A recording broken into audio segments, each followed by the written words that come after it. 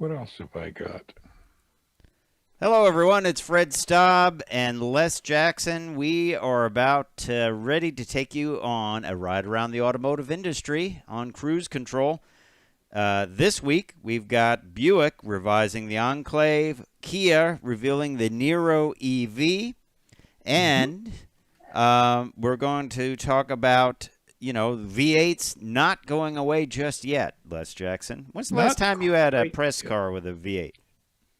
You know, that would be several months ago when I had a Mustang, Okay.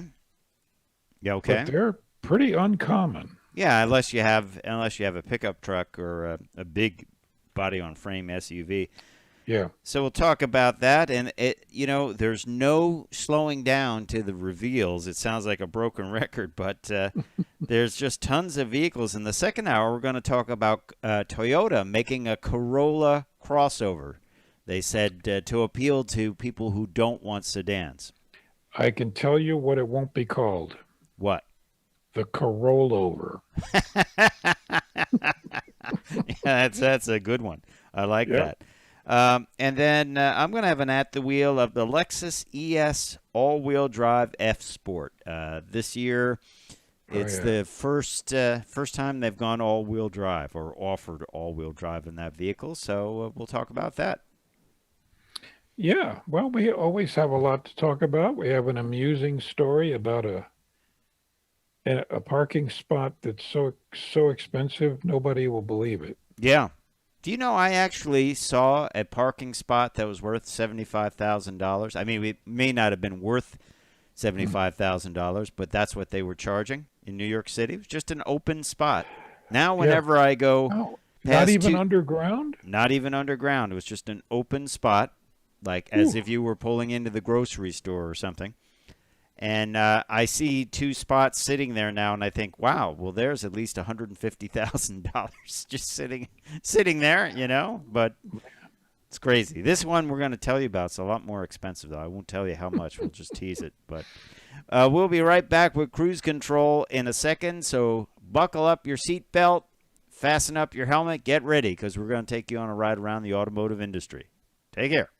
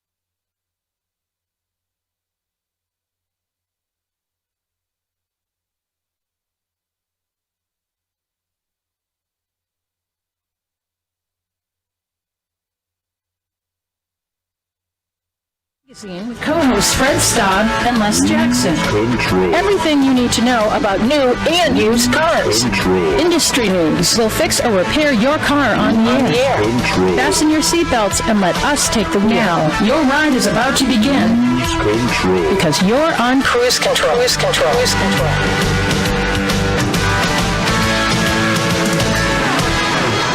That's right, you are on cruise control. Welcome, everyone. It's time to buckle up your seatbelt and take a ride around the automotive industry. Plenty of news to get to this week, Les Jackson.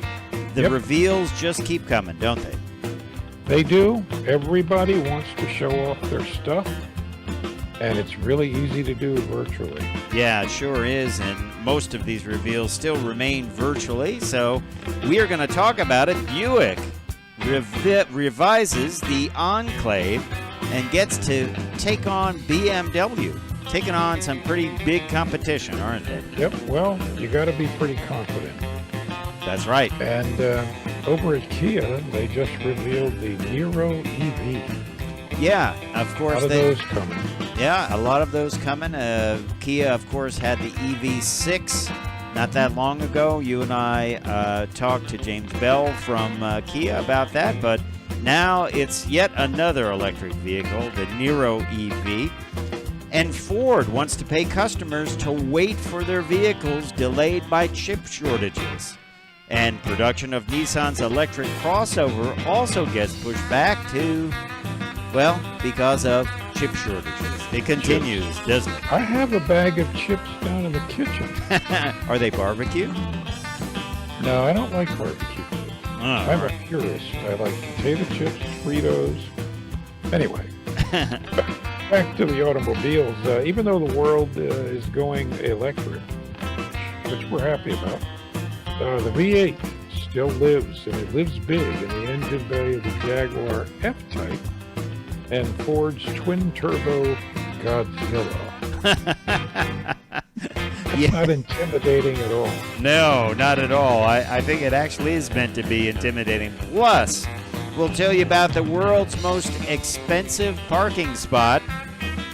If you're one of our listeners out somewhere where there's a lot of parking room, you're going to say, who would pay for a parking spot? But in this place, it's pretty expensive, isn't it?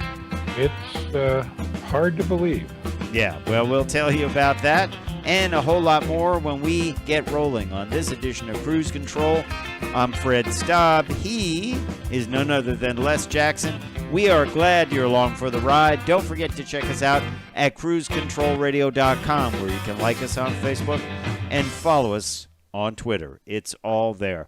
Yeah, I gotta highlight Kia. They are just bringing out a new electric model each week. Some of them are designed specifically as electric vehicles. Others, like this Niro, will be very familiar to people who follow Kia. So it seems like they're going to have an electric version of every one of their vehicles. And we're going to keep you up to date at Cruise Control, your on-air automotive magazine. When we come back, though, we're going to talk about the Buick Enclave, how it's getting freshened up and getting ready to go into battle with BMW. Yes, I said BMW. All that and more on Cruise Control when we come back.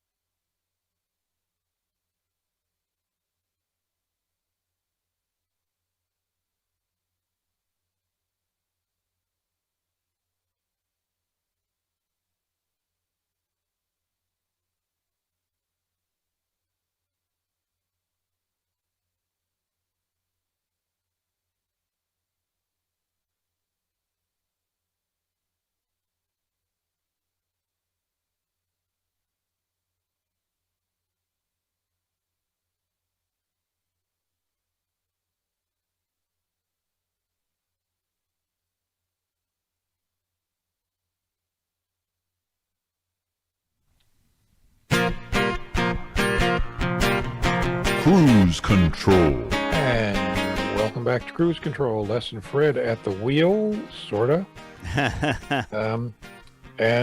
We promised before the break that we would talk about the new 2022 Buick Enclave. It's already next year.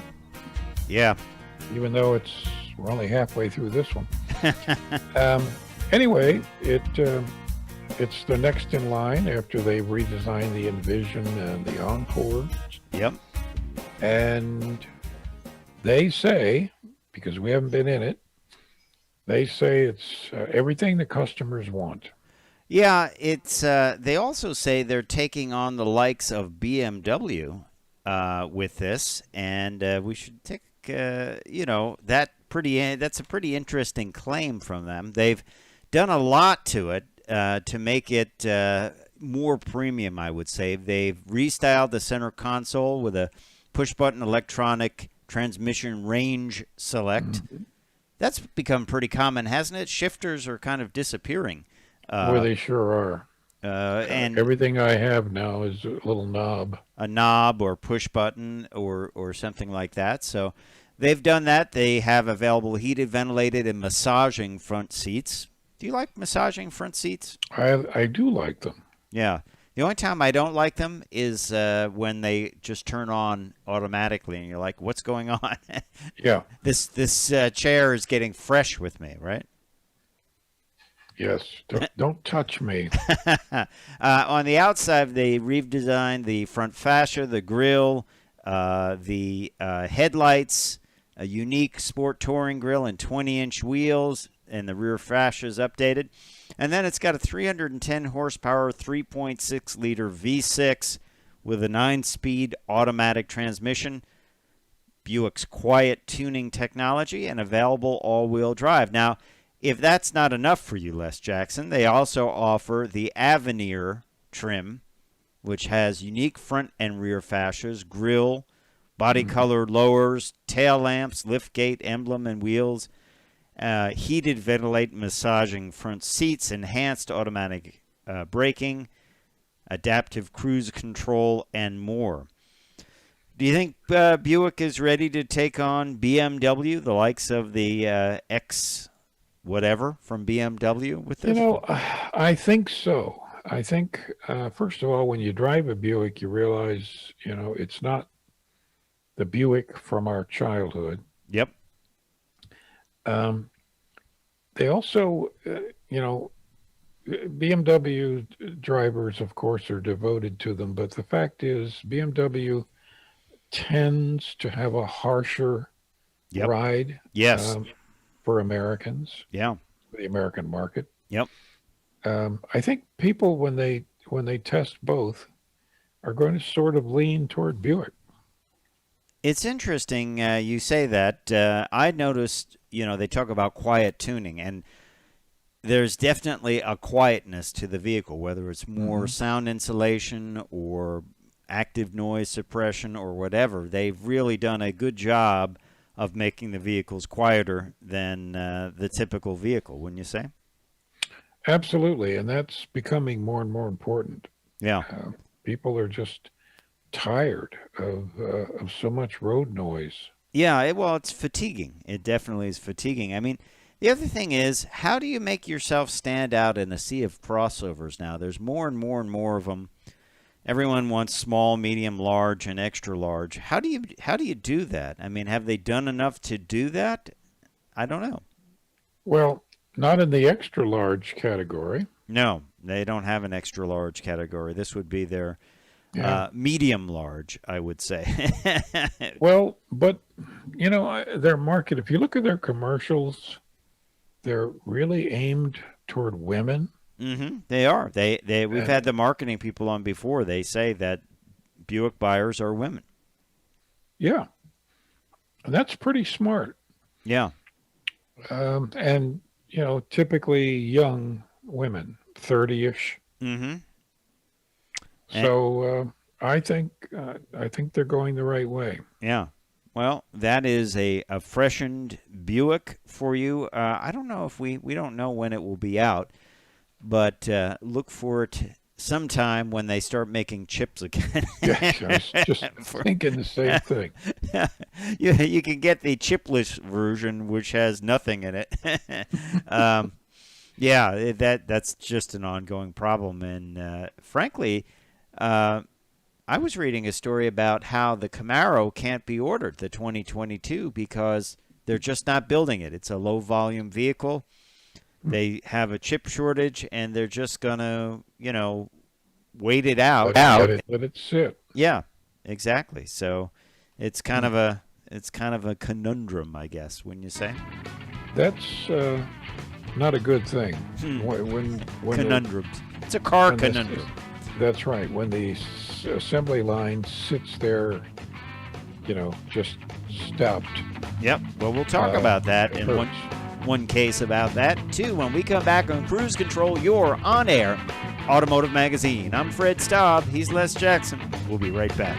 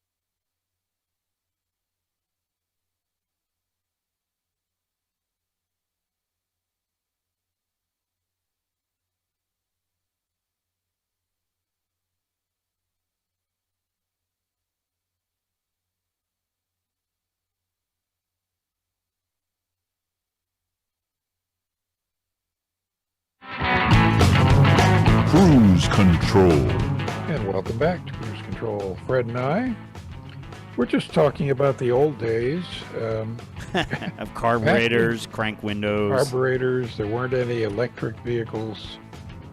There weren't even in the older days. There weren't even any things like Prius. No, that's true. I remember when the Prius came out, and I was buying a new car, and I drove that to the dealership, just to get there, and they were like, "What the heck is that?"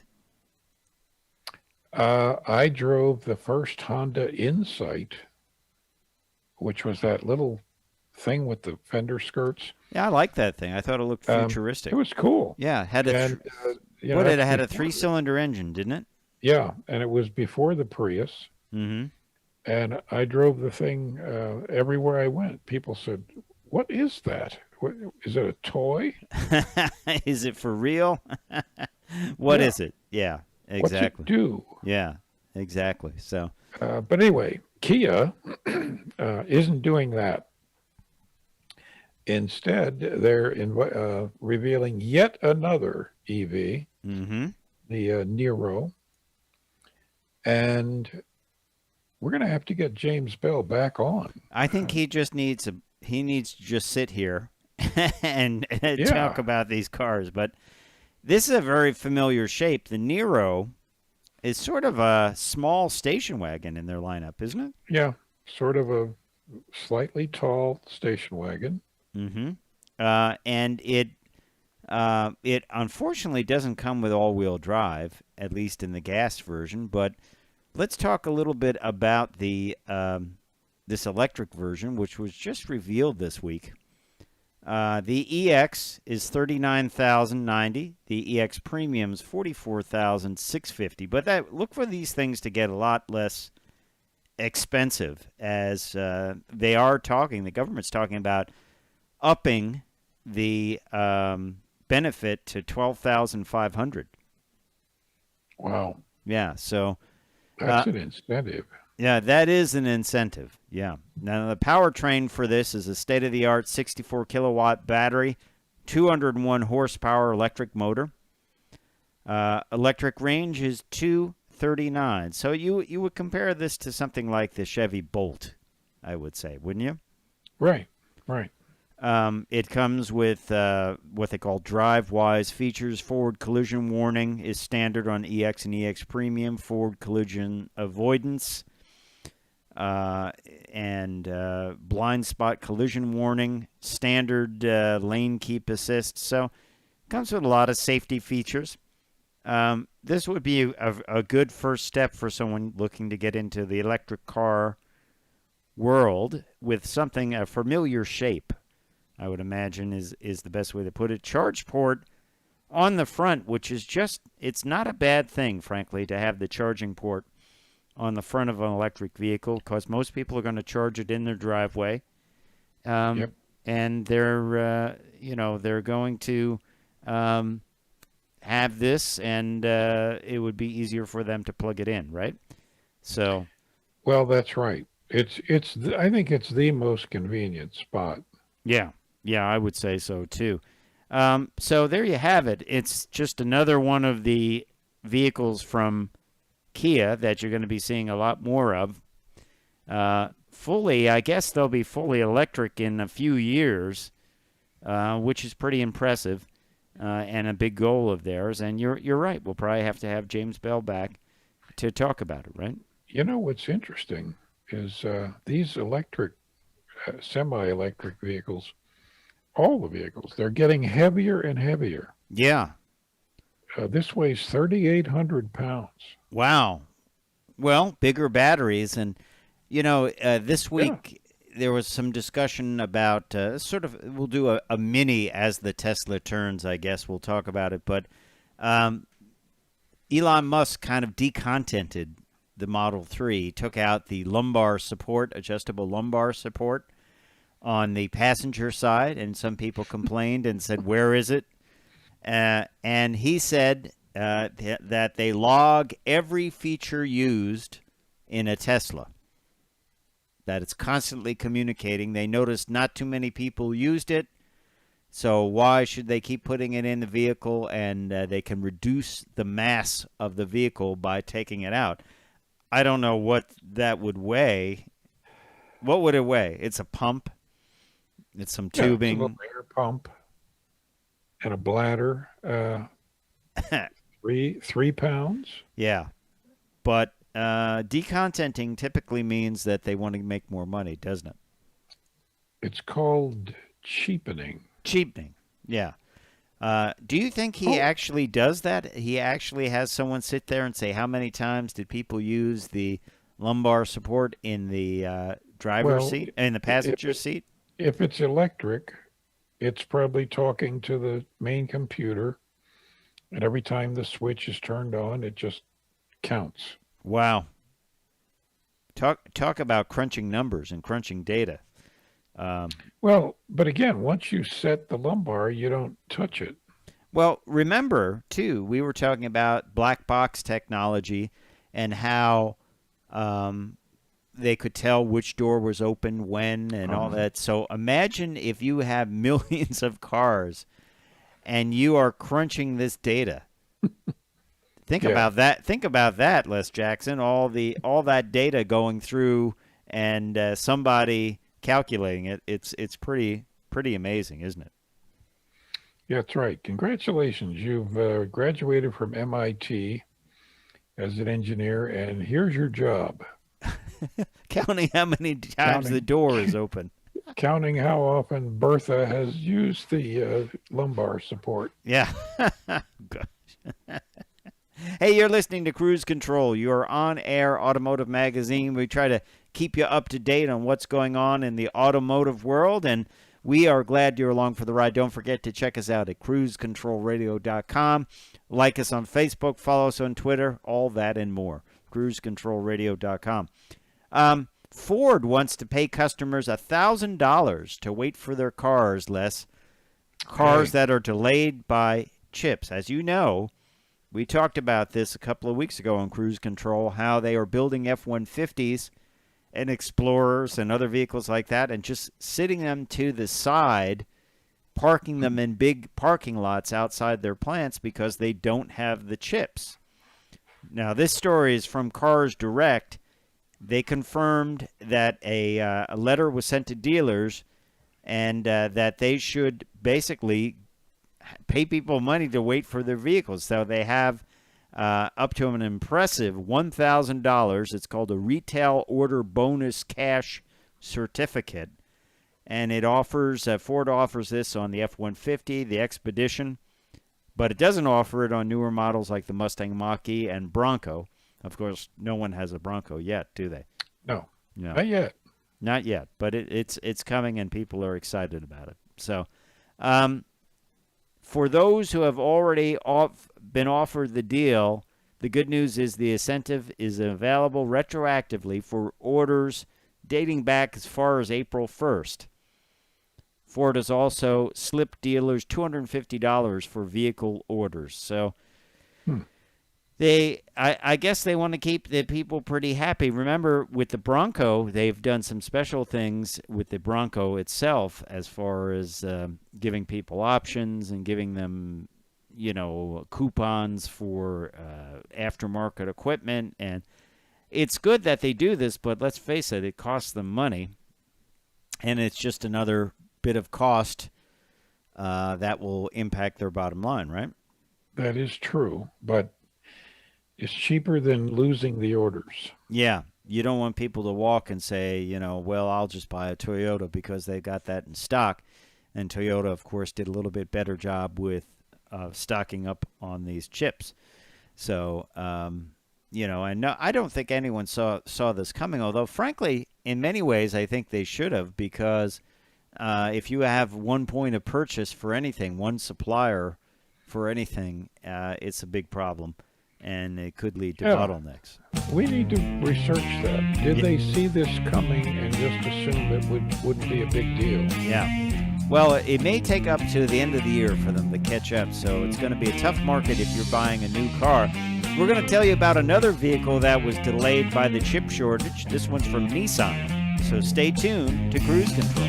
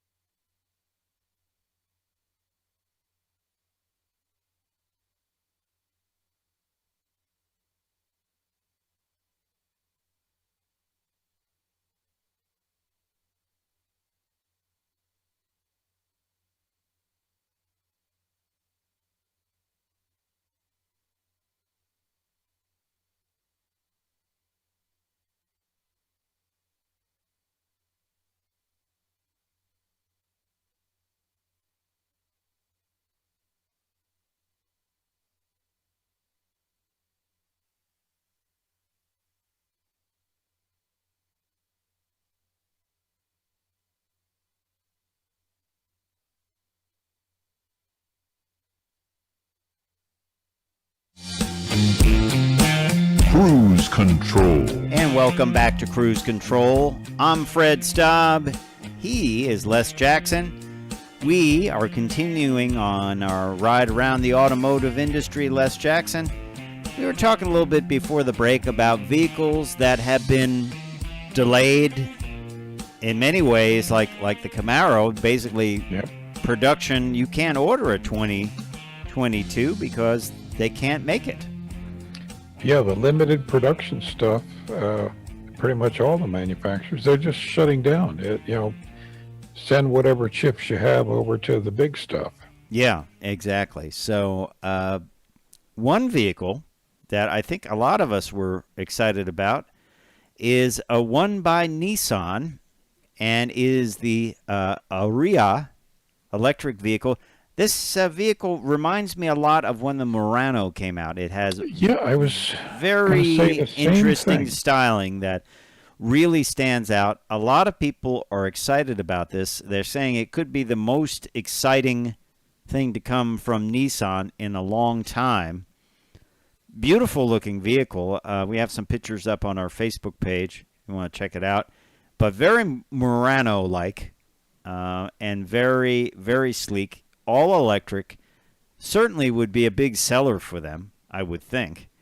But they can't build it, and it's going to be delayed at least until the second quarter of 2022 because they just can't build it. This is supposed to have a very high-tech cabin.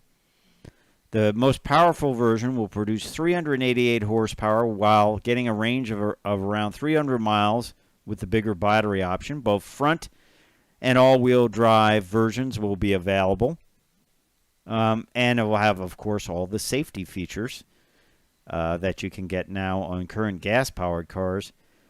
Certainly a beautiful vehicle and futuristic, and one that would be a big seller for Nissan, but it's got to be frustrating that you just can't build it. It's got to be the most frustrating thing ever for manufacturers. It has to be, because look at the contrast between that and the Leaf. Mm-hmm. Yeah, this is the Leaf's a big seller, but this thing, I really like this. Yeah, it is a beautiful vehicle. It also has one. Remember when I was reviewing the Venza last week, and it had the roof where you press a button and it goes translucent? The whole roof is like that. It's a smooth one-piece roof that is like that. And by the way, also, I like this vehicle. It has a simulated grille. We always talk about it. It does. So, I was talking with a neighbor who's in the State Department this week. Okay. Outside at the mailbox. Right. And he was saying, we were talking about asking me, well, what do you like about the cars you're driving? And he said, what do you tell your listeners on why all the manufacturers are going to these huge grills? Mm-hmm. And I said, well, we don't really mention it that specifically, but it certainly is a style trend. And he said, well, you know why? And I said, do you know why? Yeah, let's hear. And he said, well, yeah, the companies have told us in the State Department that we do that because the Chinese market loves those huge grills. I could say that is certainly a possibility. They are driving the bus when it comes to... They sure are. Yeah, so you look at Lexus. Of course, Lexus stands out to me as one of the first to do that with the fish mouth grill. Yep. We're going to review a vehicle a little bit later on that has the fish mouth grill. But also BMW. BMW very controversially went with the big kidneys, right? Yeah, Mazda. Name it. Huge. Yeah, huge grills. So that is why we're probably seeing grill simulators on electric vehicles, because it just looks bad. I mean, I personally agree that there should be a grill. It does not have to be 4 feet tall, but there should be a grill on the front of a vehicle. Gotta be. It's the smile. It's the smile. It's the face of it's the the vehicle. expression. Yeah, yeah. So, that's an interesting point, and I could see why somebody would think that and would do that. While we're on it, we should talk about this.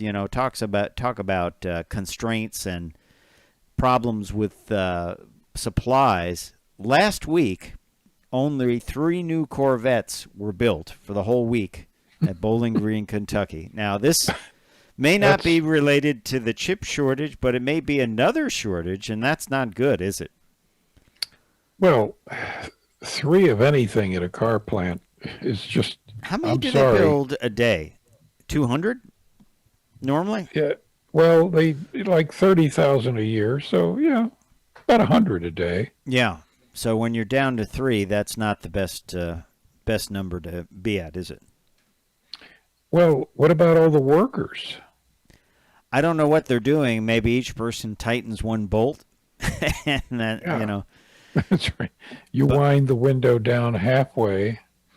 The prices for new Corvettes, dealers have been going crazy. I saw one guy took delivery. It was a blue convertible, and it was over $130,000. And It's happening here a lot. Basically, in the D.C. area, you're lucky if you can buy anything at MSRP. Wow. And the other thing that's happening is people are buying vehicles brand new and then just selling them, flipping them, make $10,000, $20,000, $30,000, maybe more. Happening with Corvettes a lot, happening with a lot of the special edition Hellcats and things like that. The people are just buying them and flipping them right out the door the next day. So, interesting stuff. Yeah. Hey, you're listening to Cruise Control, your on-air automotive magazine. Now, you might be saying, well, Fred and Les, they talk nothing about V8s anymore. Well, let's talk about some V8s. How about one in the F-Type Jaguar? Yes, they still make it, Les Jackson. That's a pretty car. Yeah, it's a beautiful car. Very, very, very different looking. When you see it on the road, you kind of say, wow, that's something special. They are sticking with supercharged V8s. Matter of fact, you can get 2 different ones. The introduction of the F-Type P450 has a brand new 444 horsepower supercharged V8. And then so does the P450 Coupe and Convertible. Get this, 0 to 60 in 4.4 seconds. And that's quick. They have an all V8 lineup. F-Type edition of the F-Type P450 to form an all V8 lineup for 2022. If that's not enough for you, Les Jackson, they have the F-Type R, which pops out 575 horsepower. Now we're talking. Starting MSRP is $69,900. Pretty impressive. 444 horsepower, 428 pound-foot of torque, and that peak torque comes in at just 2,500 RPM. Ooh, that's this is the first Jaguar that I've seen in quite a while that is very stylish. I've been complaining about the sedans recently. They just look like kind of every other car. Yeah, that is the problem. And as I said, one of my British friends said the thing about a Jaguar was you could tell it was a Jaguar coming down the road.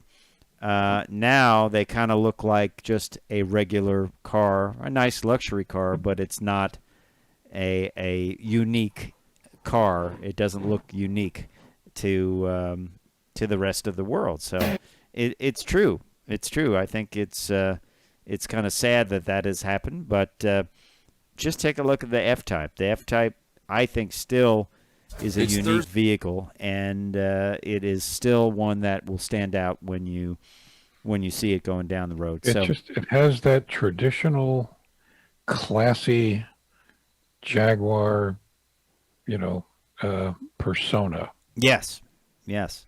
Well, if you want something a little bit more domestic when it comes to a big V8, apparently Ford is developing a twin-turbo version of its Godzilla V8. Now, the Godzilla V8 is a 7.3-liter pushrod V8. It's a basic engine. They're putting it in some of their Super Duty F 250s, 350s, things like that. Even the old cutaway van gets that. But now they're going to have something called the Megazilla. We'll talk a little bit about that. And when we come back, it involves adding some boost, Les Jackson. So all that and more when we come back on Cruise Control. I'm Fred Staub. He is Les Jackson. We will be right back.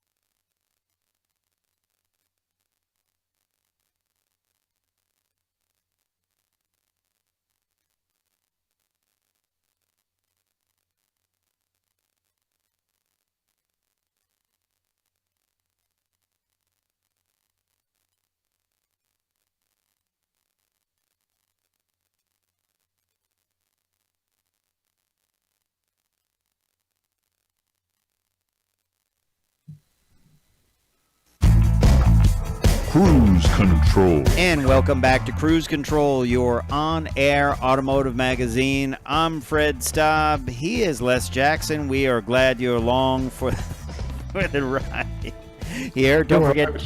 I was afraid people might think it's the guy in the race car back there. Yeah, that's it. Well, we are glad you're along for the ride. Don't forget, check us out at cruisecontrolradio.com. Like us on Facebook, follow us on Twitter, all that good stuff. We'll keep you up to date on what's going on. We were talking about Ford developing this twin-turbo Godzilla V8. It's got a big name, but it's a basic pushrod engine. 7.3 liters less. What was it in cubic? 445 cubic inches. It's a big engine. You said you were upset I didn't ask you that, so I wanted to make you feel. Yeah, yes. And it's in everything from it's the big gas engine. It comes in 2 levels of tune. You can get it in motorhome chassis. You can get it in the good old E450 cutaway chassis. But a lot like everything, everyone's like saying, well, what if I put it in, an older Mustang and made it into a drag car or something like that? Well, looks like they might be thinking about doing something like this because the Godzilla V8 is now turned into the Megazilla, Les. Get your rubber suit out and walk around with crush I like that. The Megazilla, and yes, would it go in a Mustang? Sure. Just get out your torch and cut away that sheet metal. It will fit. And yeah, I mean, this is capable of a lot of power. Well, listen to this. It produces 430 horsepower and 475 pound-feet of torque just in its everyday, take-it-easy kind of tune. Right.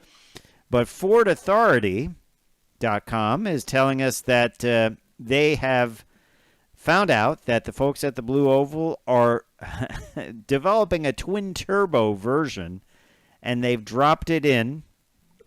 They've dropped it into some Super Duty trucks for testing, and they can tell that they're testing this twin-turbo version because they've welded some plates to the hood as kind of to prevent, I guess, the sheet metal from bubbling with the heat of the turbo.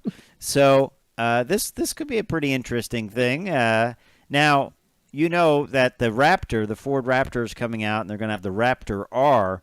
That is not going to get this engine. That's going to get the GT500 5.2-liter supercharged V8. The vehicle that I had a chance to I'm sorry, Les. I had a chance to drive the other week. Oh, yes, that's right. Yeah, that had 760 horsepower. So that's not what they're talking about here. What do you think they could drop this into? Could they do a performance F250 or something like that? I don't know. Sure. Yeah, but big engine, back to the old days of push rods and twin turbochargers. So big power there, right? I think we'll see 1,000 horsepower. Maybe that's what they're shooting for. Maybe that's what they're shooting for, a reliable 1,000 horsepower. And you think about the horsepower wars with electric vehicles coming, 1,000 horsepower is a lot easier to come by than as opposed to, let's say, buying a Bugatti, which did it with 16 That's cylinders, right? That's right. Yeah. So the horsepower races will continue. But there's another race, and if you're in a big city or New York City, it's for parking. And sometime I told you about this, Les, that one time I was looking for an apartment in the city, and they're like, oh, and there's an available parking space here. And I thought, well, that's nice. Sure. What's it available for? And they said $75,000. And what was it? Well, it wasn't a garage, which would be wonderful to have a garage in the city. It wasn't even in an indoor underground parking garage. It was a space outside in a parking lot. Just looked like a parking lot. So what do you do if somebody parks in it?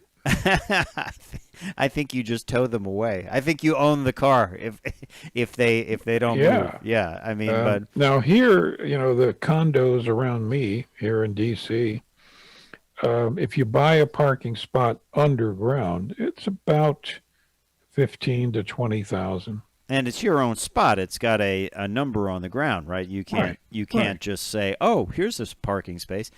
I guess you'd call a tow truck or something to have them towed, right? Yeah, If they were parking it. Well, we thought that was expensive, but now we look did. at Hong Kong, where parking is even more of a commodity than in New York City. And they are experiencing a massive shortage in parking space. So a recent spot sold for $1.3 million, which set a new record for the city and probably Wow. the world. I I just can't imagine that.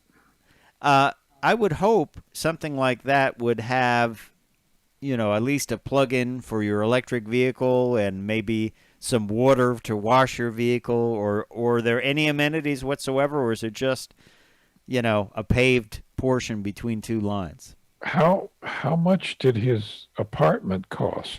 I don't know. But We just this is similar here in D.C. There's a suburb close to the city in Maryland called Chevy Chase, right? which is not why Chevy Chase, the actor, took the name. I always thought it was. It wasn't. It just happened to be, a coincidence. Mm-hmm. Anyway, a house just sold there this week for $1 million over asking price, Oh, wow. and the house was only on sale for about 2.5 million. Wow. That is crazy. Certainly crazy stuff. And just to put kind of the real estate in perspective there, in Hong Kong, there was just a house located in this development where this $1.3 million parking space was sold. It was renting. So if you felt like you didn't want to make the commitment of, buying, it was renting for $210,000 per month. Who are these people? I don't know, but they have a lot of cash. But Well, they sure do. yeah, but there you have it. A little bit of a fun look at parking, and probably where most of our listeners are, they're like, parking. Well, you can get that easily. You find that easily. You drive to the store, there's parking. There's parking everywhere. But really a different scenario on this. Interesting story too. I meant to get to this a little earlier. Of course, we're talking a lot about autonomous vehicles and the fact that they need car-to-car communication, don't they? They need what do they call car to the world? It would communicate Right, with Vita X. Vita X, right? It would communicate with traffic lights and stop signs and everything else. Well, the FCC has been challenged over decision to shift the auto spectrum, the chunk of the spectrum that was carved out for these types of features, the ability for cars to talk to each other. They've shifted it to wireless devices, so they've shifted it away from automotive use. Do you think this will in any way delay autonomous cars? Because the fact that cars have to communicate with each other and things around them for this autonomous system to work, right? Yes, this was a nasty political scheme that was perpetrated. Hopefully, the auto industry will win this suit. I think maybe they have a good chance. Yeah, and they didn't take away all of it. They took away a major portion of it. So I'm sure, which was set aside back in the 90s. Yeah. Well, that's a bigger story, and we'll have to touch on that in a future edition of Cruise Control Radio. Time for me to say I'm Fred Staub. I'm Les Jack.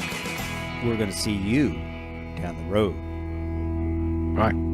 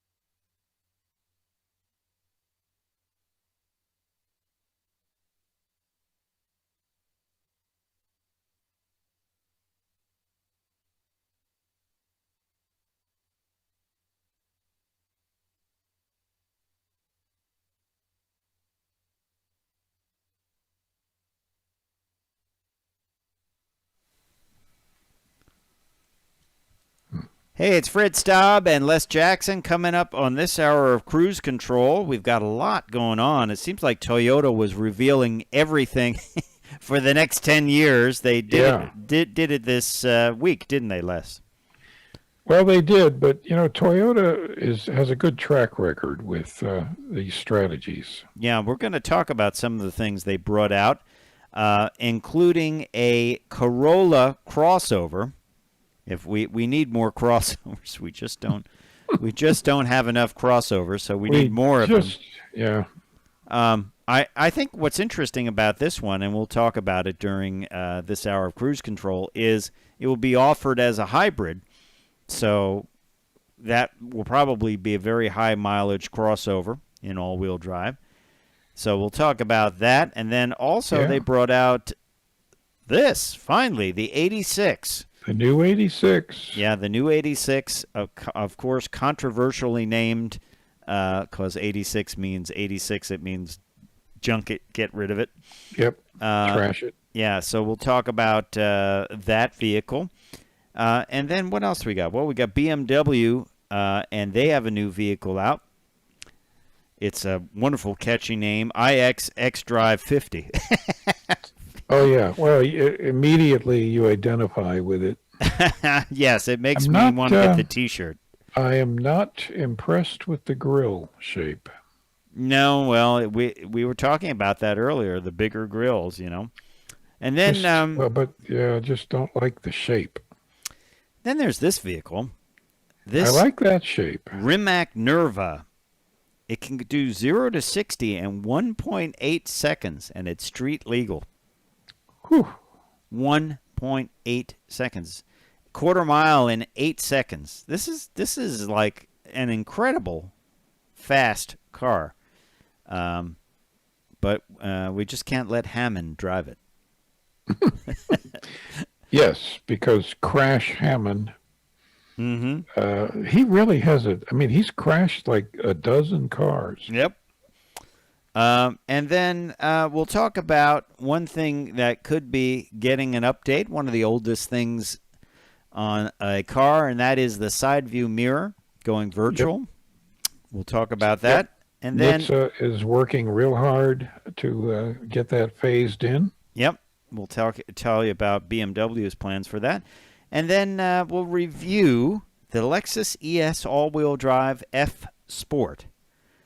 Does not have that kind of 0 to 60 time that the Rimac does, but we'll talk about this. It's a nice-looking car. It is a nice-looking car.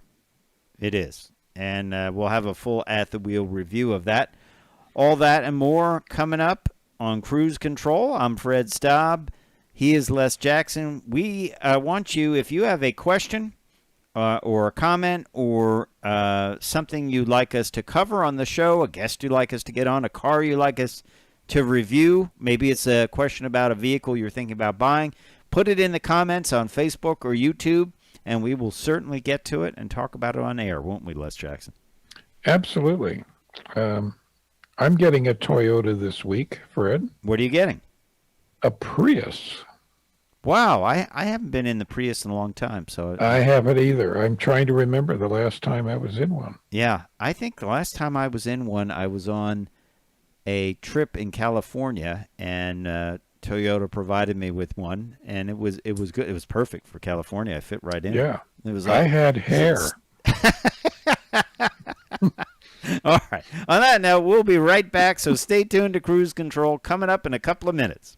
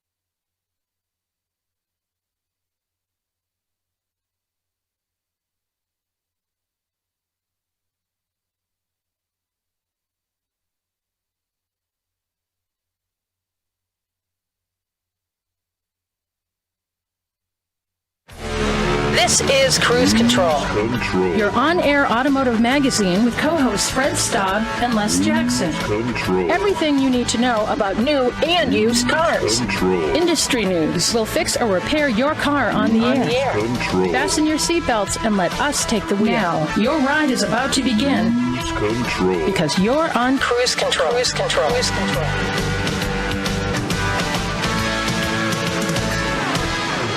And I push this button that says launch control, and here we go. Welcome to Cruise Control, your on-air automotive magazine.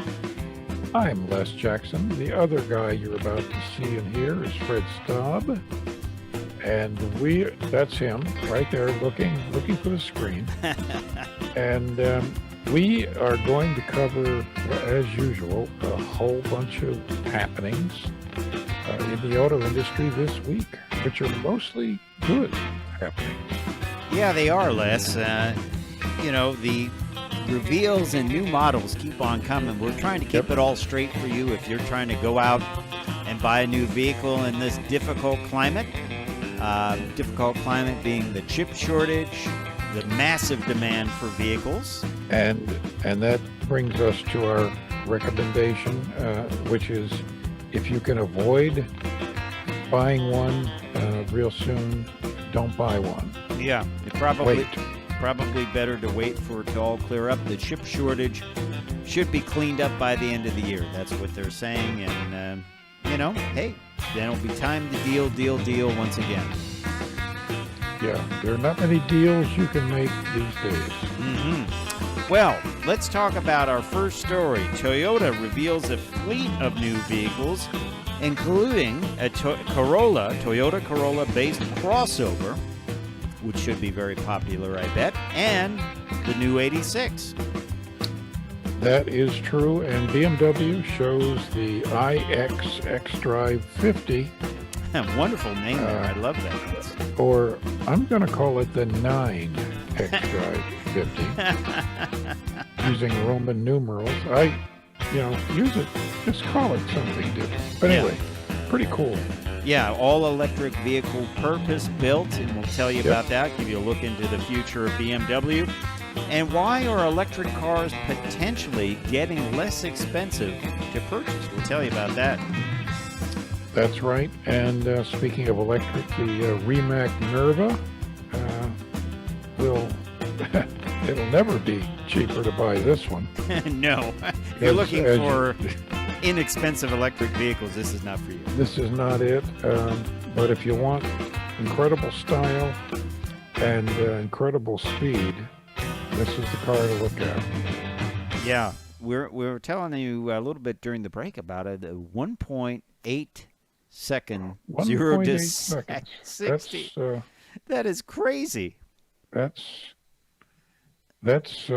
moving. Scary. Yeah. Scary fast. And those big ears that stick out the side of your vehicle are probably going to get a change. We're going to talk tech. BMW side views get ready to go virtual. We'll tell you about that. And then I'll have a at-the-wheel review of the Lexus ES all-wheel drive F-Sport. All of that when we get rolling on Cruise Control. Nice looking car.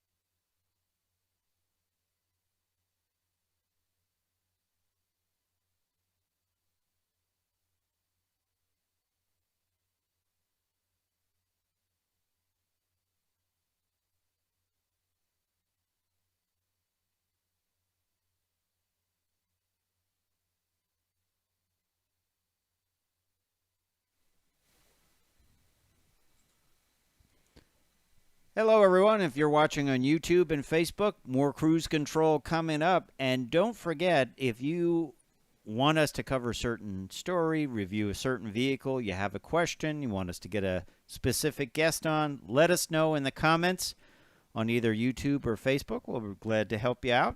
And, yeah, a lot of new vehicles coming up. We're going to be talking about this brand new Corolla Cross.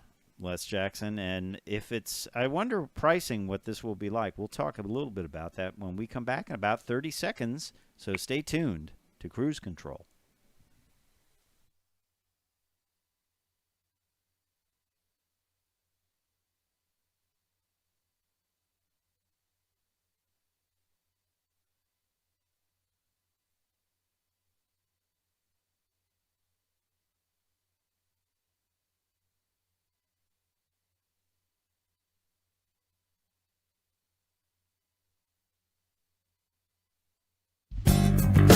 Cruise Control. And welcome back to Cruise Control, your on-air automotive magazine. Fred Staub and Les Jackson right here, keeping you up to date on what's going on. Les, a lot going on in Plano, Texas this week. Yes, that is the home of many things, but for our points of view, it's where the Corolla is made, Toyota. Mm-hmm. And they have a new one, a crossover, because, well, there's a terrible shortage of crossovers. It's the humanity. Yes. Where would one find a crossover when one needs one? But all joking aside, Corolla is still one of the best values out there if you're looking for a new car. I had that hatchback version last summer, and I still talk about it. People loved the way it looked. It was black. It had a black roof and it was white body, and it was really great. And it was only $25,000. Now let's talk a little bit about this Corolla Cross, Les. That's what they call it. What do you think of the name? Well, first, it's a name, so I'm happy about that. Yeah, it's not a XJ92 5000 / letters 4 or numbers. It's a Corolla, which is the second longest continuous model name in the industry. What's the longest? Think about it. Mustang. The Mustang. Yeah. That's interesting. Yeah, more than 50 years Corolla's Yep. been around. Yep. And it's a crossover, so why not? Yeah. Well, let's dig into what we know so far about this. And it's not a bad-looking vehicle. This is going to slot in, of course, under the RAV4. And it will be powered by a 169 horsepower, 2-liter dynamic force engine. It's going to be available in front wheel or all-wheel drive. 3 grades, L, LE, XLE. Okay. Based on the TNGA-C platform. Same platform under the Corolla, of course. LED lighting, standard. And it's going to be outfitted with a power moonroof and either a single or dual zone automatic climate control. This is interesting. I've seen this as a trend, and they've done a great deal with this soft text trim seating, which is almost like leather. Have you encountered any of that? It's very close to leather. Yeah, I guess they would call that vegan leather if it was a good name. Name. I think that's what they actually call it. They call it vegan leather for people that just don't want to have cowhides on their seats. There's going to be a 60/40 split folding rear seat, and they're calling it from their material. They're calling it small but mighty. And there's a lot of talk that there'll be a hybrid version of this, which to me, that's where it really comes in. That thing could be well into the 40s on the miles per gallon, which would be very impressive. It could give you cake and eat it too, couldn't it? Yeah, I think and I'm sure they thought about this, but it just seems to me it'll eat into the RAV4's business. Well, probably they'll take the RAV4 up higher price-wise. That's what I think. They'll make it more luxurious, make it bigger. So, I don't know. I think it's a pretty good-looking vehicle, and we'll have to see what pricing is like and what it drives like. So, and meanwhile, also they revealed this vehicle, which is the 86. And you and I have always loved this. Of course, it is the sibling mate to the BRZ from Subaru. It's got the Boxer engine. Very, very great value in a little sports sedan. Rear drive. And the new, all-new 2022 GR86 would be a what they call Gazoo Racing. I just laugh at the Gazoo because Gazoo to me was the little guy on the Fred Flintstone show. He was the little or the little funny buzzy instrument you play. I think Gazoo was what they would call, even though it was before the jump the shark moment. The jump the shark comes from Happy Days when Fonzie decides he's got to jump the shark in a tank on a motorcycle, and it was like, hey, we have no ideas, get the shark and the motorcycle and the tank out. But I always thought that was a little bit Fred Flintstone moving it into the space age was a little bit crazy. But anyway, back to the 86. That is really a tangent there. Back to the 86. This is going to be a fun little vehicle. 2+2 rear drive. It has... It's increasing its horsepower from 205 to 228 and from 156 to 184 foot-pounds of torque. It comes, with a manual. Remember those things? Oh, wow. Yeah, you can get a manual. And you can also get an automatic transmission. 0 to 60 times have dropped from 7 to 6.1 seconds for the manual transmission and from 8 to 6.6 seconds for the automatic transmission. Getting a little racy there, isn't it? Well, and that's brisk acceleration. But with probably not a huge price. It's been the previous models have been in the 20s. Yeah. The cabin gets upgraded front seats, and additional interior upgrades include a 3-mode digital display, a sport or track driving modes, 8-inch multimedia touchscreen.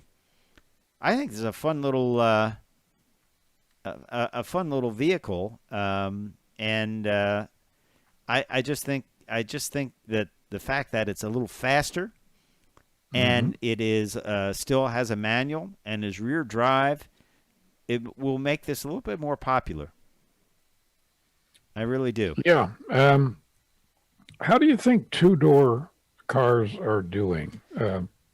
Coupes. Well, if they could make an 86 crossover, I don't know. I often thought this would be the ultimate first car or great autocrosser, and maybe some of our listeners can tell us if they have an 86 or BRZ. It would make a great autocrosser. I mean, they are a stiff riding car, and there's not a lot of storage in them. Yep, that's right. But still, it's a lot of fun in a cool package for not a lot of money. And I bet you can buy these things used pretty cheaply. And I'm sure there's plenty of performance parts to put on these things. I'm thinking you could probably turbo one. And it, the only competition it's got really is the Miata. Mm-hmm. I think there's a lot. Okay, automotive journalists, as they say, let the comments start here. I'm not as big a fan of the Miata as many other automotive journalists are. I would prefer something like this because I like the metal roof over my head. Me too. The Miata is the greatest British sports car that the British never made. It's a British sports car with working headlights. Yeah. And working taillights. But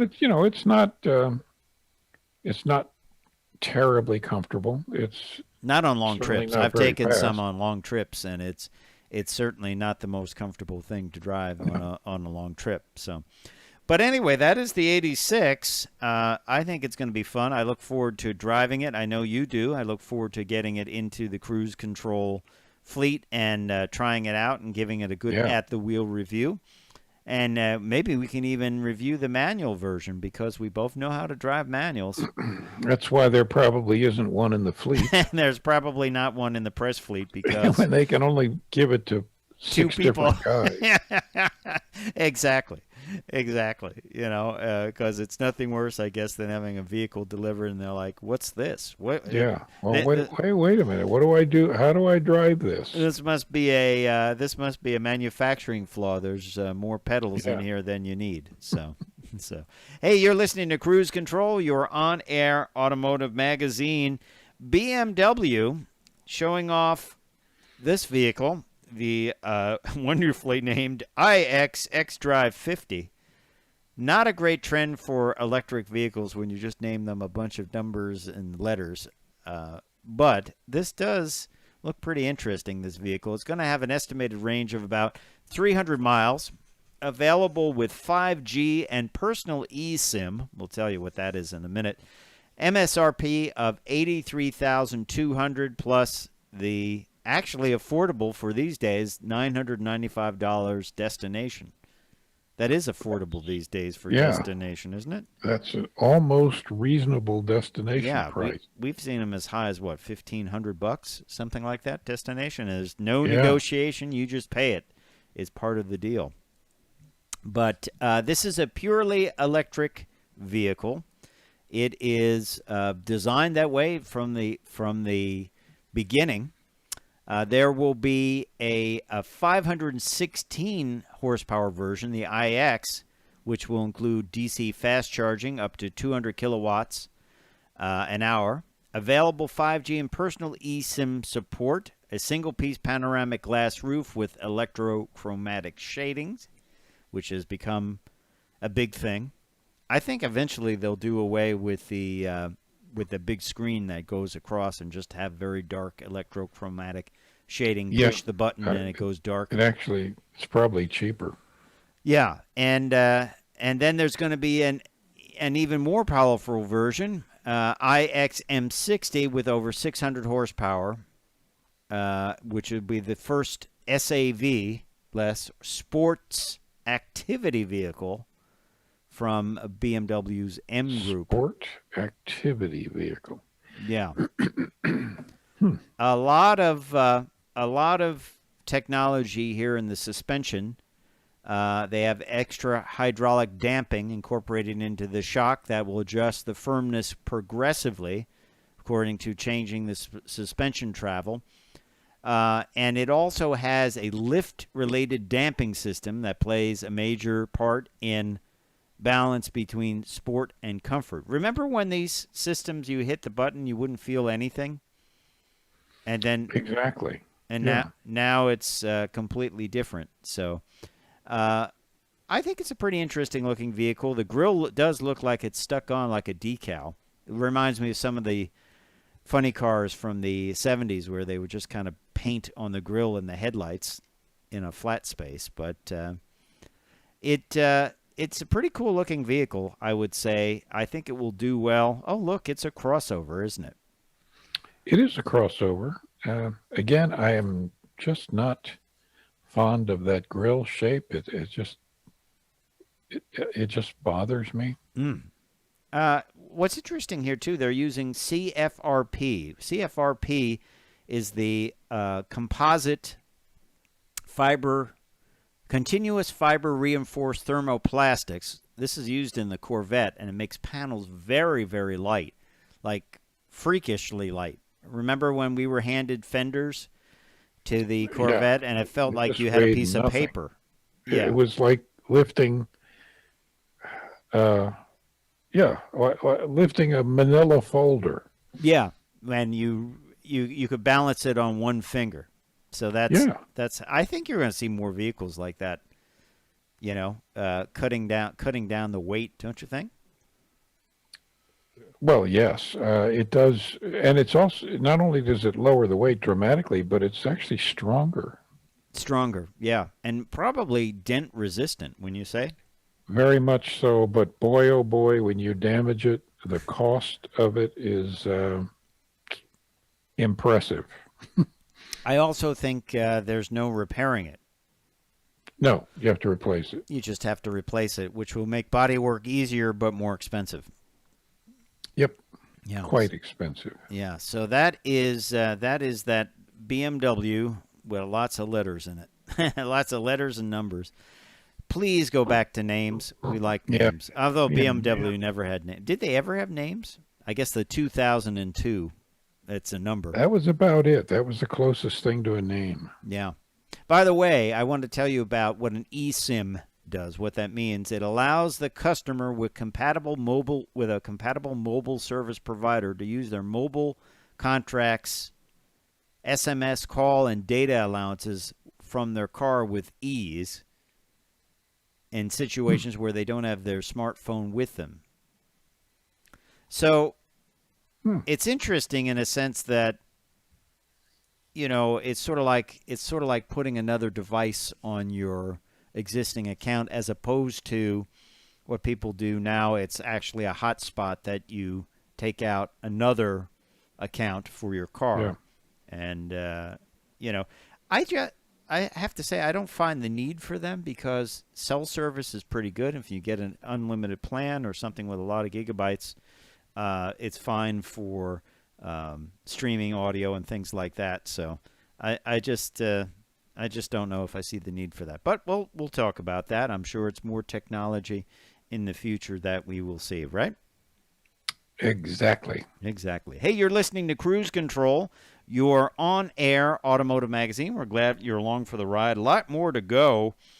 We're going to tell you why electric cars potentially could get a lot cheaper to purchase. Now, of course, one of those reasons is there will be a lot more of them as they come out. Seem to be revealed 2 or 3 a week, and we keep you up to date on that. But we'll tell you a little bit about that. Actually, we've got a little time now to do that. Of course, you get a federal tax credit of $7,500 for certain EVs. Once the manufacturer goes up to $200,000, then you don't get that anymore. They've run through them. Although we did a story on how the records were poorly kept, and some are getting incentives, and even though they're well beyond the 200. A lot of the manufacturers have not hit that yet. Tesla certainly has. Could be a factor for Tesla. What do you think? Well, it could be, but it has to be on a price tag under 80,000. Okay. All right. So, what the government is thinking about doing, the U.S. Senate Finance Committee advanced legislation that would increase potentially the tax credit to as much as $12,500, up from that maximum $7,500. And it comes with several provisions. Of course, for Tesla, you won't be able to get it because they've been over that cap. But other changes are the price tag would, as you said, have to be under $80,000. And the vehicle would have to be assembled in the U.S. and or Canada to get the full amount, Right. Yeah. And this would disqualify the Ford Mustang Mach-E, which is assembled in Mexico. So but if you get a F-150 Lightning, you could be technically eligible for that $2,500 boost. So interesting. What will this come down to once your friends in Washington kick it around? I don't know, but it seems like incentives are not going away. They could potentially be increased, right? That's right. And the incentives really are an investment into the future. Mm-hmm. Because whether the population likes it or not, eventually everyone's going to be driving electric vehicles. Yep. Well, we'll have more on that, I'm sure, coming up. But when we come back, if you think electric vehicles are boring, well, check out the Rimac Nerva 0 to 60 in 1.8 seconds. We'll talk about that when we come back on Cruise Control. Don't forget to check us out at cruisecontrolradio.com. Like us on Facebook, follow us on Twitter. We'll be right back.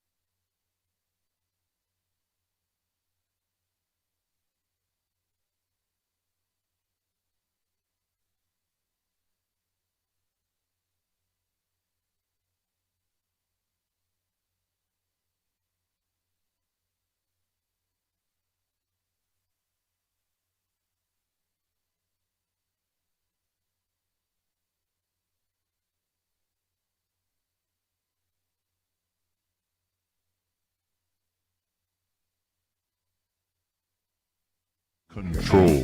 And welcome back to Cruise Control. I'm Les, he's Fred, and boy, oh boy, have we got a fast car to talk about. Yeah, get some of this, Les. 1,914 horsepower, 258 mile an hour top speed, 0 to 60 in 1.8 seconds. It will rip the quarter mile in 8 seconds. Oh my gosh. I mean, and it's all electric. It's just incredible. Ready to order yet? I think we'll have to take out a loan. It's the Rimac Nerva from Matej Rimac, built in Croatia. Yep. Tons of development on this vehicle. Just 150 examples will be built in Zagreb, Croatia. And it has been completely engineered. There's a 34% improvement in aerodynamic efficiency over the early prototypes. The drag is 0.3 drag coefficient. It's been reduced by 17.5%. This is taking electric cars to a place where they've never gone, right? It's taking cars to a place they've never been. Features Rimac's all-wheel torque vectoring 2, which replaces traditional stability programs and traction control, and the car will make over 100 calculations per second, giving you incredible drifting opportunities, Les, which is what you would want to do in this car. Sure.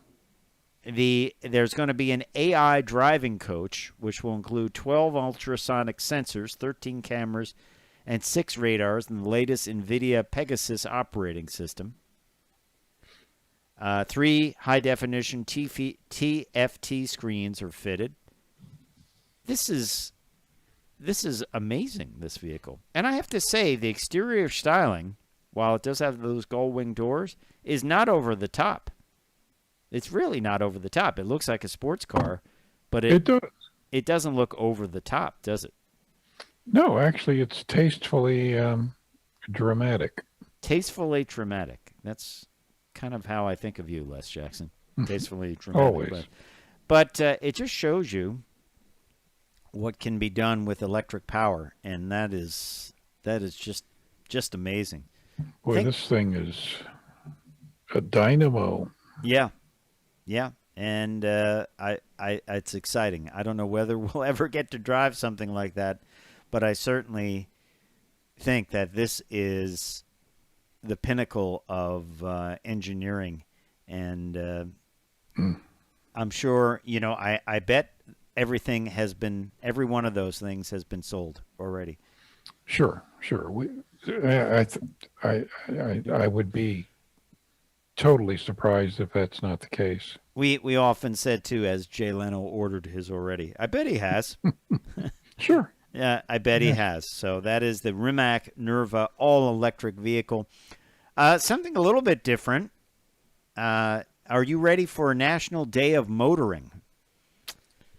Sure. Right. Why not? Right.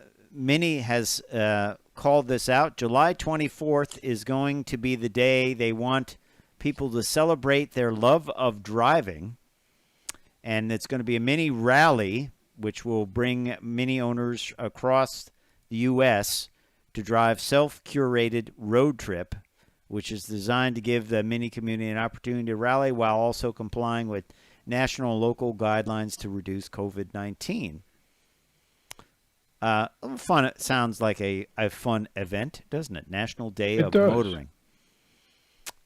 We might have to have someone on and talk about that. I think that's a fun thing. Hey, do you want to talk a little tech?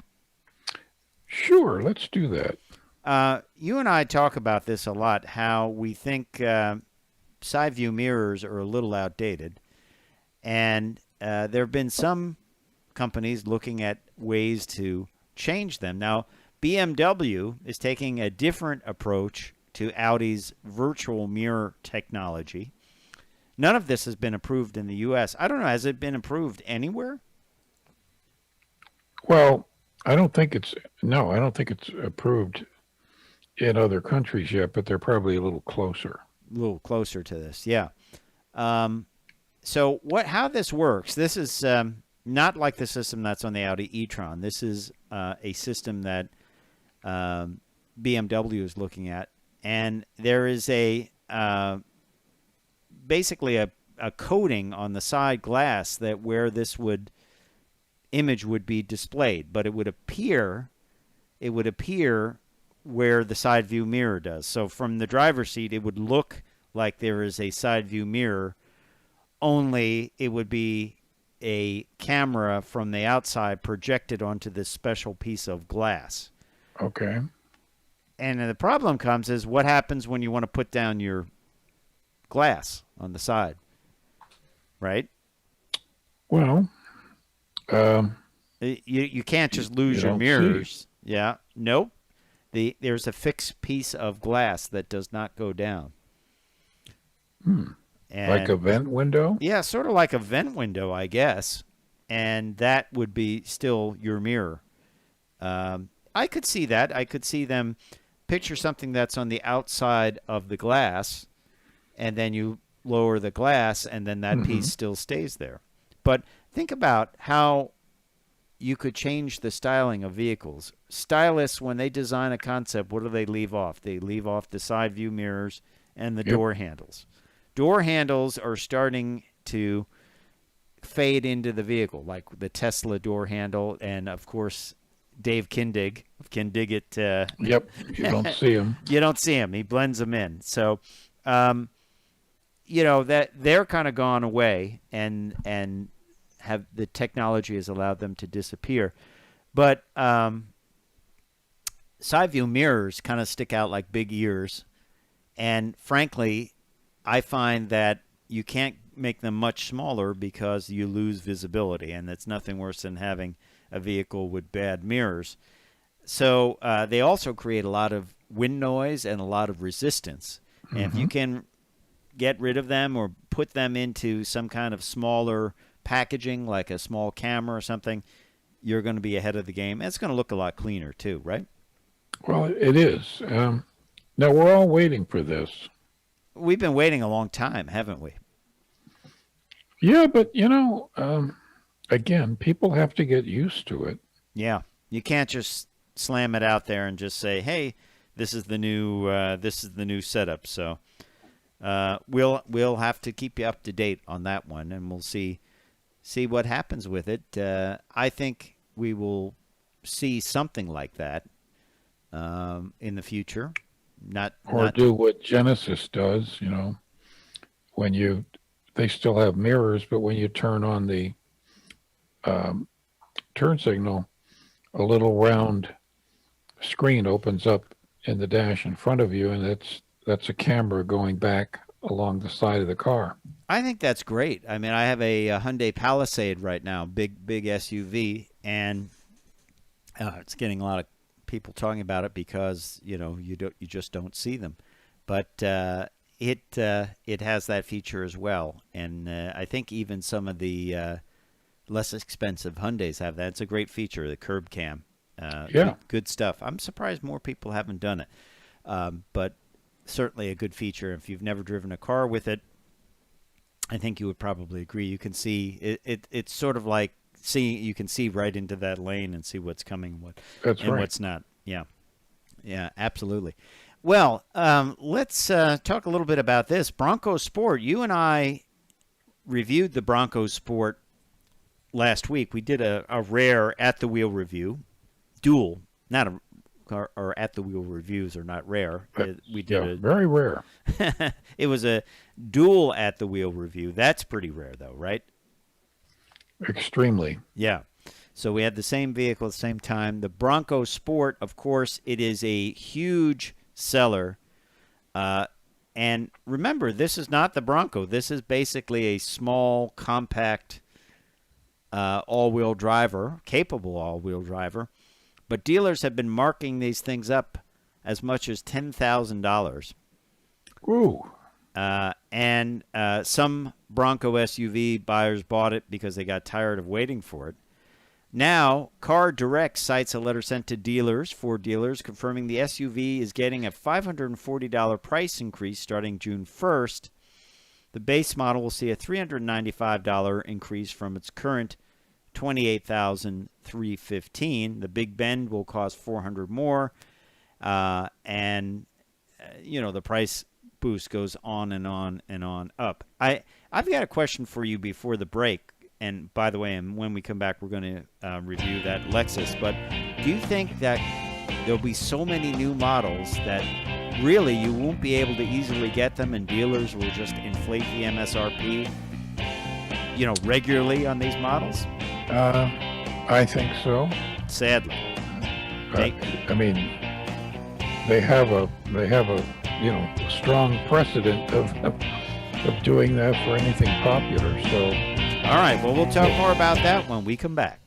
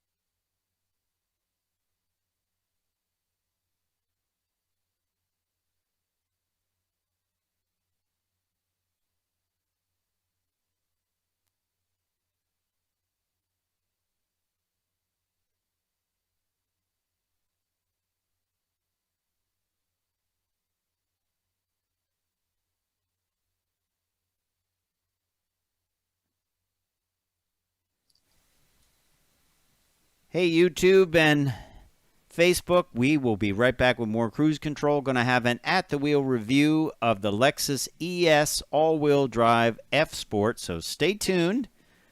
We will be right back.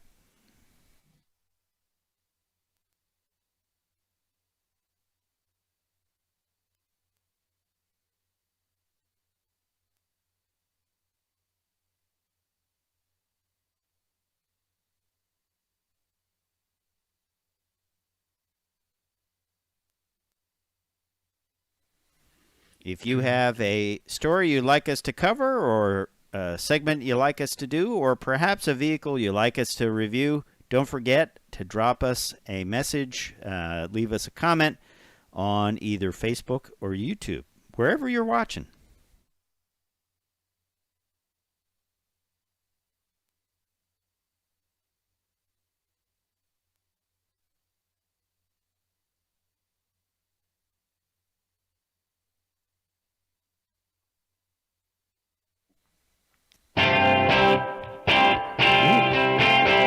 Cruise Control. And welcome back to Cruise Control, your on-air automotive magazine. I'm Fred Staub. He is Les Jackson. We are glad you're along for the ride.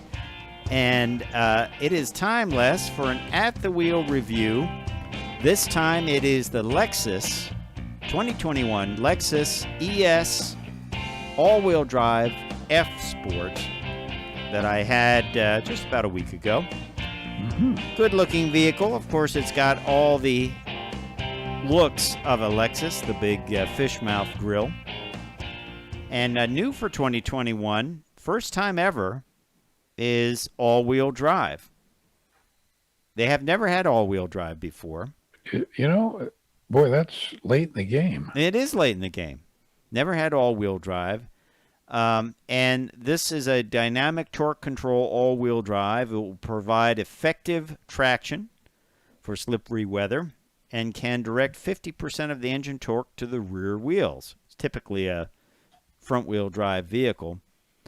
Now, ours, and like all-wheel drive, all-wheel drive ESs, it only comes with the 2.5-liter four-cylinder with 203 horsepower and powers through an 8-speed automatic transmission.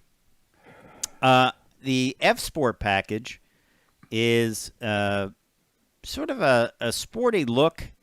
It really, I think what it does is it gives better handling to the vehicle. It includes dynamic control shocks with adjustable dampers, and the automatic variable suspension system on the ES is capable of 650 levels of adjustment to deliver optimal ride quality and precise control. Of course, you can select the different drive modes on the vehicle. This one has what I call those Frankenstein neck bolts on either side of the display, where they're momentary switches or spring-loaded switches where you can change the drive mode. Beautiful red interior on this vehicle. Red and black interior really, I think, was the sportiest thing about the F Sport, was the interior. Just beautiful leather, red and black, silver accents, silver speaker grills. Really, really nice look. Good room in the back. Overall pleasing shape to this vehicle. They've done a great job with this vehicle. The fact that it rides on the GAK chassis, it is exceptionally rigid. It's front-wheel drive. A lot of high-strength steel in there. So the ride quality was great. The handling was great on this vehicle, yet it was well-engineered. It was not, well, we'll just slap some performance tires on here and bigger wheels. And you and I have encountered vehicles that do that, and it's just terrible. It's usually not a good formula. No, it usually feels like what they've done. They just slapped stiffer shocks and big wheels on it, but not the case here with the Lexus. They've done a great job with that. On the inside, there are a few things that Lexus is sticking with that are kind of old school. They have that touchpad thing for your finger. That's like a trackpad on a laptop. A little outdated there. But they have updated, and they do have Android Auto and Apple CarPlay. Matter of fact, I have to say, I am a fan of using them instead of the Toyota or Lexus navigation. I think they do a better job, frankly. It's easier, and it just works easier. So you have the option for Apple CarPlay or Android Auto. I think I told you that 2.5-liter four-cylinder, 203 horsepower, goes through an 8-speed automatic. I felt the vehicle was not really sporty as far as acceleration goes. 8.6 second 0 to 60 time. Not too snappy. And you really had to crowd the engine to get it to go. You can get a V6 version with the 350. The 350 ES350 is powered by a 3.5-liter V6, which has 302 horsepower, a huge step up, and 267 pound-feet of torque. But you can't get that in all-wheel drive, at least not yet. So that, if you want all-wheel drive, you have to stick with the smaller engine. I found it felt a little heavy and a little slow, but it handled well, if that's interesting. I don't think I've had a vehicle like that in a while where the acceleration wasn't huge, but the handling was great and the ride quality was great. I have to say it was a comfortable car to ride around in. I like the silver lining metallic. It's a good, cool name for some paint, when you say. It is interesting. It's kind of almost a pearl. Yeah, kind of a pearl look. I would say that. The safety score is great on this. I mean, it's got 10 airbags. It's got the Lexus Informed Safety Connect, a 3-year trial of that. Gets wonderful numbers. Frontal crash for the drivers, 5-star. Passenger, 4-star. Side crash, 5-star all around. Rollover, 4-star. Overall, government 5-star rating for this vehicle as far as safety goes. Let's talk about some of what the F Sport brings in. It brings in those 10-way bolstered front heated and ventilated power seats, Lexus memory system, rain sensing wipers, F Sport suspension tuning, performance dampers front and rear, aluminum trim, which they call Hadori aluminum trim. Not sure where that comes from around. F Sport movable meter. I don't know what that is, an F Sport movable meter. Don't know. Yeah. A nice subtle rear spoiler, and then blind spot monitor, rear cross traffic alert, and intuitive parking assist. All part of the F Sport package. It was sporty without being, it's not going to rip your head off type acceleration. Then there's some more options. Wireless charger, 10.2-inch head-up display, triple beam LED lights. They brought in, they were about $1,500. Rear power sunshade, $210. Navigation and Mark Levinson audio package. Navigation with 12-inch screen. Display, 1,800-watt premium sound system, Les. Good sound system because, I know it's a good sound system when you have it on low and you can still hear the bass. Yeah, when you hear the clear and, yep. Yeah, even when it's on low. That was a $2,900 option. And then F Sport heated steering wheel, $180, well worth it. Hands-free power, open-closed trunk, $550, kind of expensive. So, subtotal, $51,630. That's up from the $45,700 base price. Out the door with $1,025 handling fee, $52,655. The 2021 ES 250 all-wheel drive F Sport. Pretty cool vehicle. Like I say, not fast, but a nice, comfortable ride. Felt very confident on the road. I like the styling. I like that styling line that runs down the center of the vehicle or the center of the side. It's enough style, but not over-the-top style, so it's not like crazy in-your-face style. Now, you may not get great acceleration with that 4-cylinder, but you do get great mileage. Highway, 34. City is 25 for an aggregate number of 28, which is which is not bad to live with. That's very good. Yeah. I would have liked to seen a few more beans in it, though, but certainly you could get used to it. And I just wish Lexus would update their control functionality. They love that trackpad, and they just stick with it. Yeah, I think they're the only ones that love it, though. I just find it not unpleasant, but just not inviting. Yeah, not inviting, not up to what everyone else is doing. But hey, there you have it. The at-the-wheel review of the Lexus 2021 ES250 all-wheel drive F-Sport. Time for me to say I'm Fred Staub. I'm Les Jackson. We are going to see you down the road.